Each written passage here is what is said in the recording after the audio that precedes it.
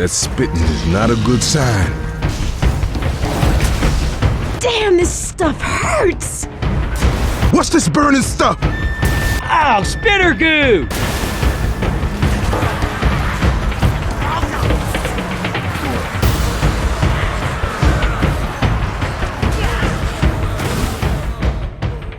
Time to talk about the Skink Oracle, and to be honest, you can't talk about the Skink Oracle without talking about the Troglodon, because he only comes on Troglodon. That's right, you can't take him on foot.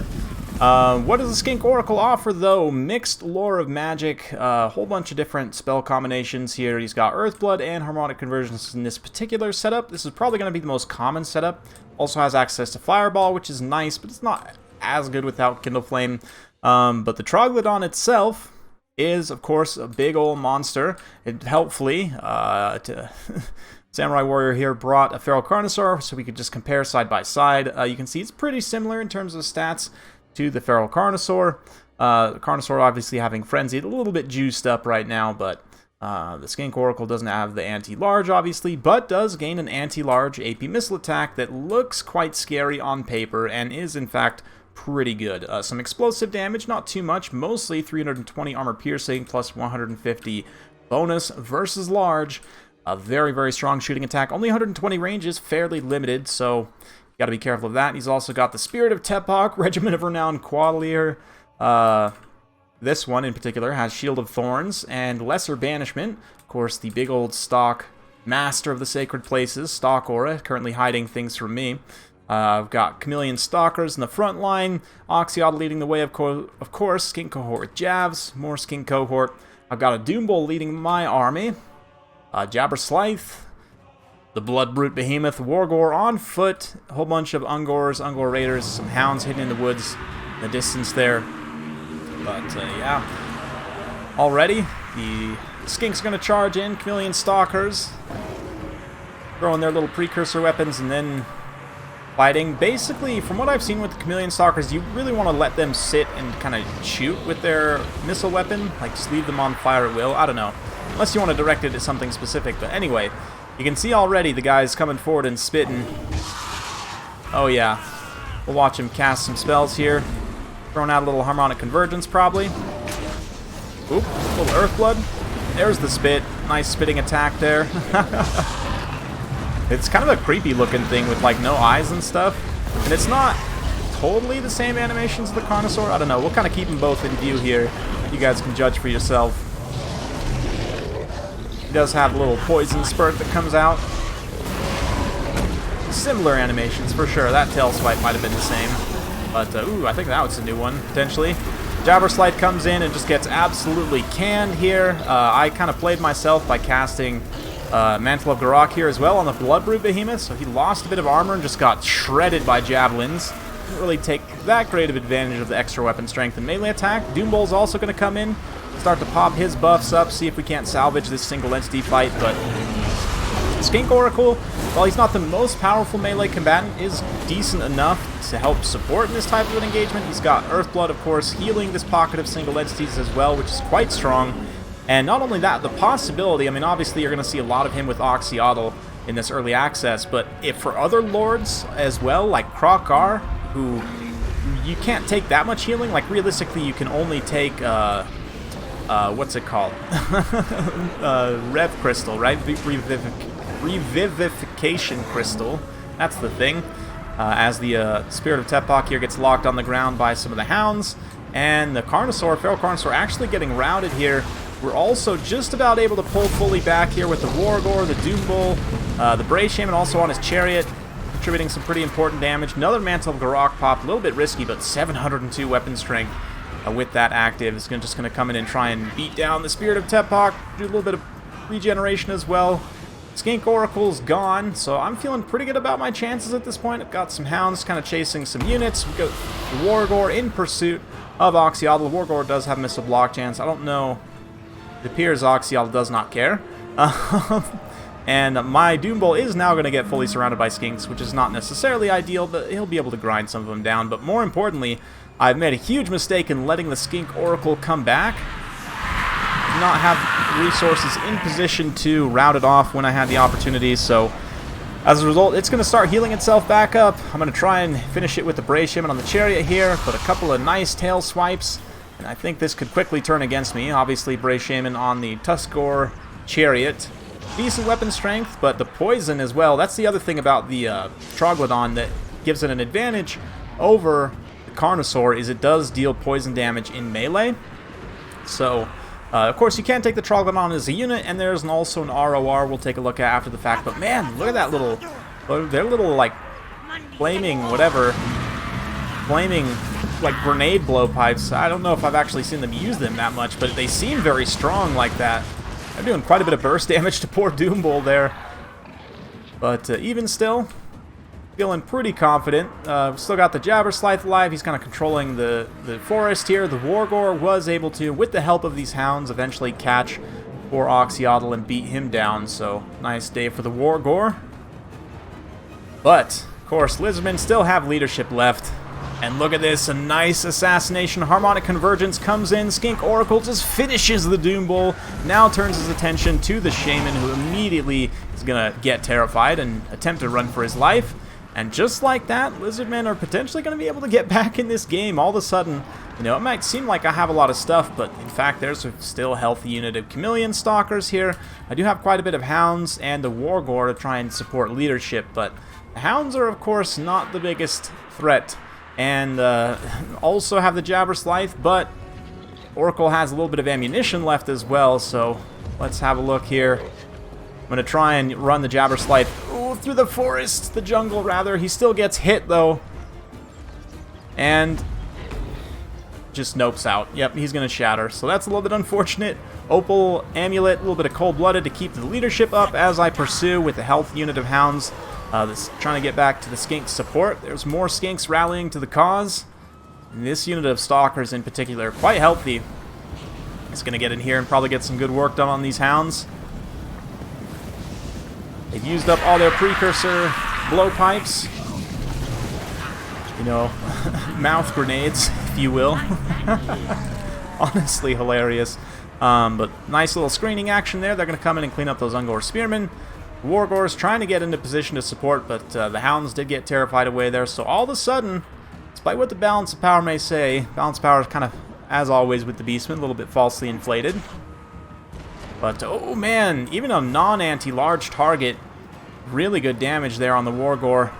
Just overall massive damage, and that is the thing. It's relatively limited ammunition as well, but ooh, the last shots being used to decisive effect there actually routs the Wargore, and all of a sudden, I am a little bit worried. More than a little bit worried, actually. I don't think I have enough to actually finish this thing off. Make one pitched attempt with these Hounds and the Spears in tandem, do some damage, but 95 armor on the Skink Oracle is just... it's good. I mean, it's a Carnosaur, right, with poison, but no anti-large, which is, you know, there's some situations, like against infantry, for example, or Hounds, that count as infantry. No, I would rather have the poison over the anti-large, for sure. So that's great, but Opal Amulet being popped again, nice short cooldown on that. And we'll probably fast forward somewhat through this late game cleanup phase as I attempt to bring whatever forces I can to bear. Somehow still the balance power is even, not really sure about that. Gonna bring the Wargore back, gonna bring the Hounds back, but pretty much as soon as everything gets into range of the terror of the Troglodon, they're gonna rout. Watch the Wargore make his final stand here. Oh, just clipping straight through the camera. Brutal charge. Oh, yeah. Oh, he's dead. He's definitely dead.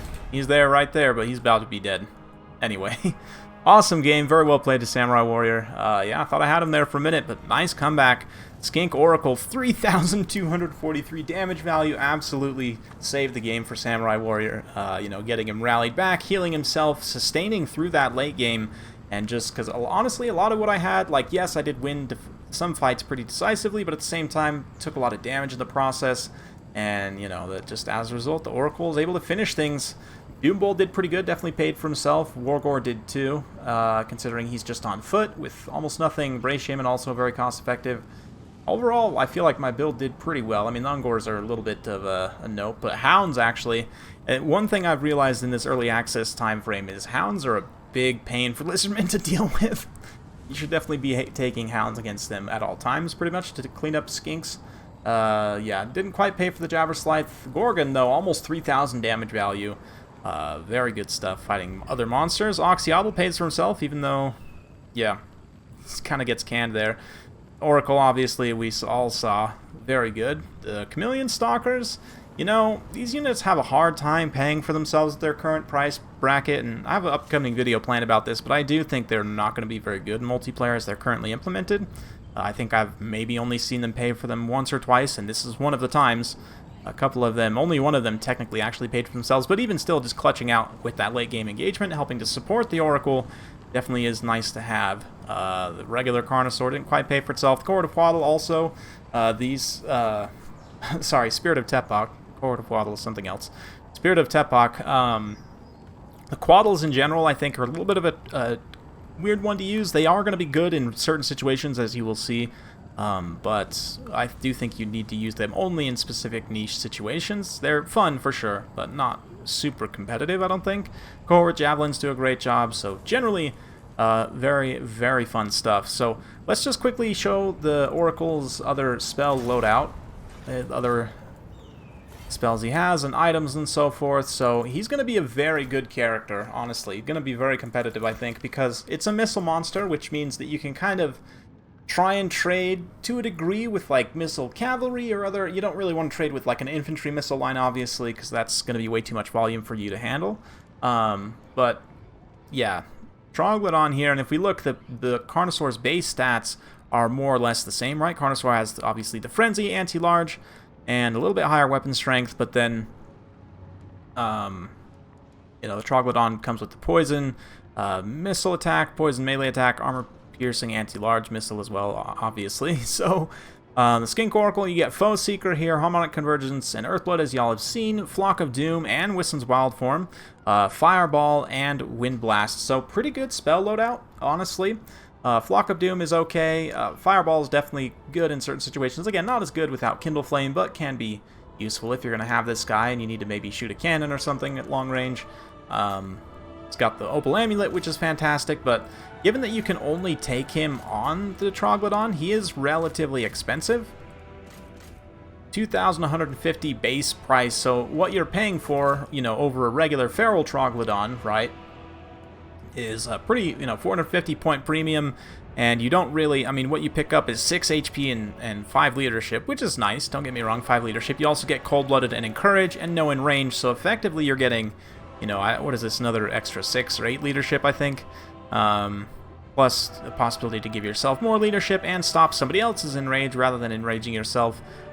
And you get access to Harmonic Convergence, which can greatly increase his own stats, make him much better in a melee fight. Obviously, Earthblood going to be very good. I don't know, the regular feral Troglodons, I think you might see some use for them. They're not super expensive, but I do think you have more cost-effective monsters in general for Lizardmen. There have been some balance tweaks in that department, but anyway, yeah, Regiment of Renown here as well.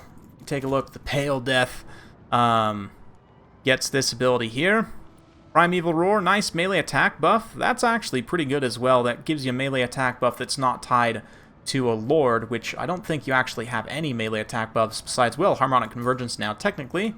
And this thing, which, yeah, doesn't come with any other modifiers, which is kind of nice. You do have to bring this thing, which is pretty expensive and arguably a little bit squishy, but, you know, only 5,000 HP is not a ton for a monster, but it can definitely pay for itself with its shooting attack. And then, yeah, obviously, as I mentioned, the Skink Oracle does allow for, like, Nakai, like Krokgar to get some healing.